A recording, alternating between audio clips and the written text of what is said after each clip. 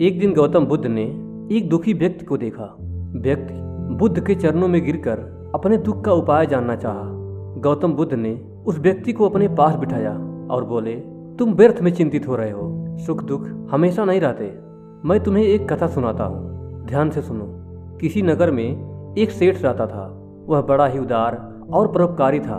उसके दरवाजे पे जो भी आता था वह उसे खाली हाथ नहीं जाने देता था और दिल खोल कर उसकी मदद करता था। एक दिन उसके यहाँ एक आदमी आया। उसके हाथ में एक पर्चा था जिसे वह बेचना चाहता था। उसके पर्चे पे लिखा था, सदा ना रहे। इस पर्चे को कौन खरीदता? लेकिन सेठ ने उसी तत्काल ही खरीद लिया और अपनी पगड़ी के एक छोर में बांध ली। नगर के कुछ लोग सेठ से ईर्ष्या करते थे। उन्होंने एक दिन राजा के पास जाकर उसकी शिकायत कर दी, जिससे राजा ने सेठ को पकड़वाकर जेल में डलवा दिया। जेल में काफी दिन निकल गए। सेठ बहुत ही दुखी था।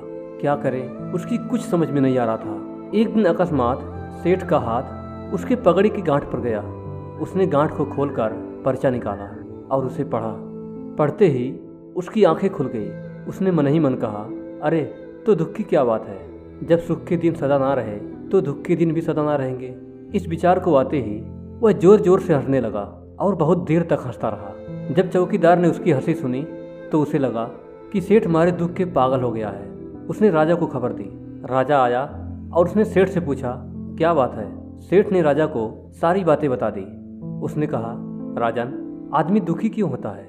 सुख दुख के दिन तो सदा बदलते रहते हैं। सुख और दुख तो जीवन के दो पहलू हैं। यदि आज सुख है तो हो सकता है कल हमें दुख का भी मुंह देखना पड़े।